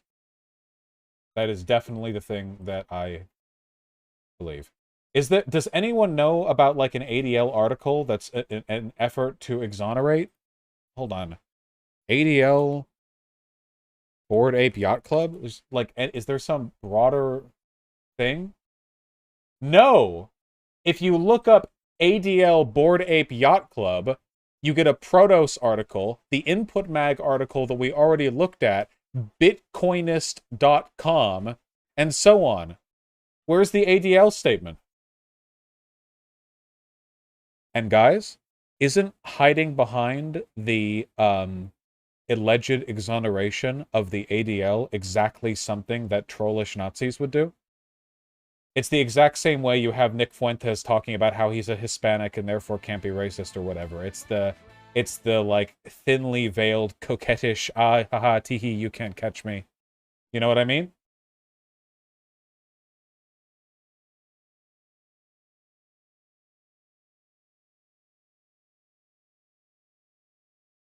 Damn, you know, actually, I feel like these guys are a lot less smart when they're trying to crank out a quick Medium article to defend themselves. I think they're smart with their cryptography and advertisement, but like the level of obfuscation here is a lot weaker than it is in a lot of the other stuff they do. Honestly, this makes them come across like no better than your average like dipshit 4chan alt-writer, whereas a lot of the other stuff comes across as very like clever and well hidden.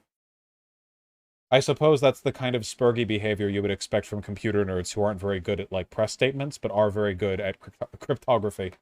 Emperor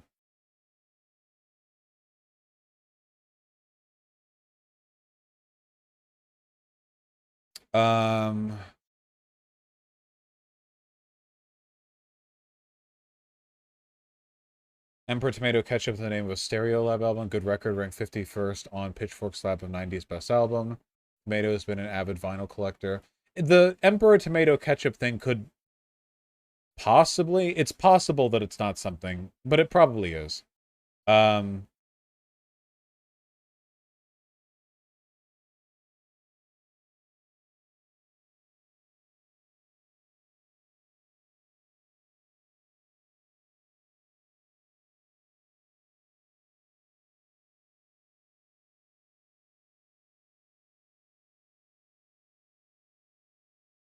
None of the founders are good at ciphers or puzzles. We're awful at them. We had to bring in professional help in the form of a company. No!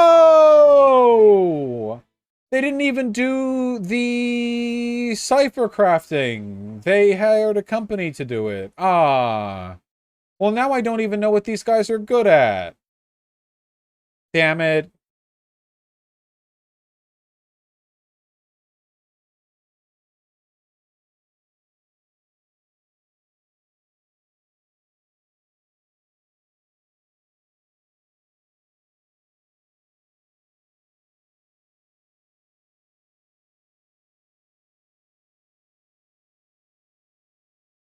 A couple other things here that I'm noticing.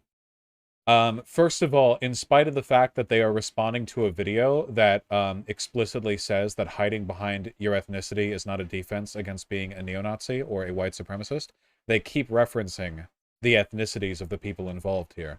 That's one. Two, something about this line right here. Which one? The BAYC was not launched on the day Hitler died. A reporter got the date wrong in an early article, and the troll has run with it ever since. Secondly, who even considers the day Hitler died when starting a company? It's such a crazy stretch. This right here comes across as a suspiciously irrelevant denial. If you're responding to a set of arguments against you, saying that you are dog whistling, that you're trolling, that you're hiding stuff in plain sight, that you're obfuscating it to the point that no reasonable person could find out, asking this question sounds like it's done with an uplifting tone towards the end of the sentence. I'll read it out loud. Second, who even considers the day Hitler died when starting a company? You know what I mean? Like, teehee. You know what I mean? Otherwise, why would you phrase it this way? You say it's a crazy stretch, but it's fully in line with the types of accusations that are brought about in that video. I think I missed the mark on that reading, too. Here, let me try that again, okay? Secondly, who even considers the day Hitler died when starting a company? There you go, that's a little bit better. Not the rising tone at the end, but more like that fake incredulity that you're doing to buy for time. There we go. I think that's a bit better. Yeah.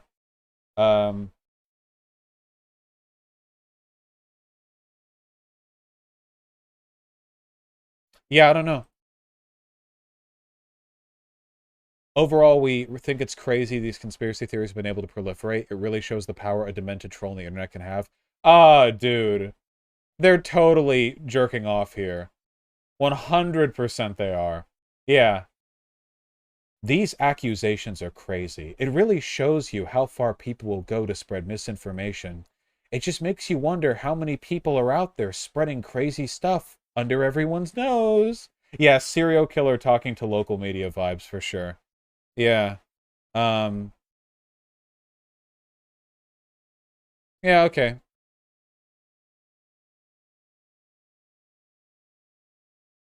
Yeah. Okay, Ooh, that was a doozy.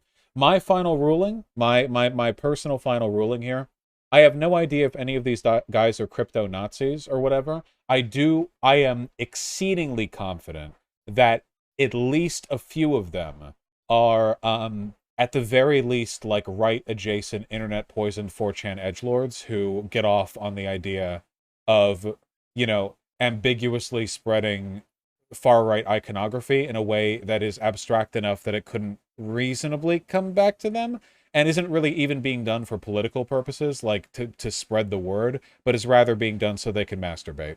I don't know if they're like ideologically crypto-Nazis, or if it's just like lay epic meme bullshit. I don't know how much of a difference there is between those two things realistically, so whatever. I do think that the video was in some ways poorly made. However, that was a pretty fun video to watch, wasn't it? Come on. Come on, that held our attention. That held my attention. I was not bored watching that video. And I do think that an impressive degree of investigative enthusiasm was brought to the table. You know? I mean, I do think that the spirit of trying to get to the bottom of things was present, even if the right emphasis wasn't put on the right bits of evidence. And it was cringy a little, but it was fun, you know? I mean,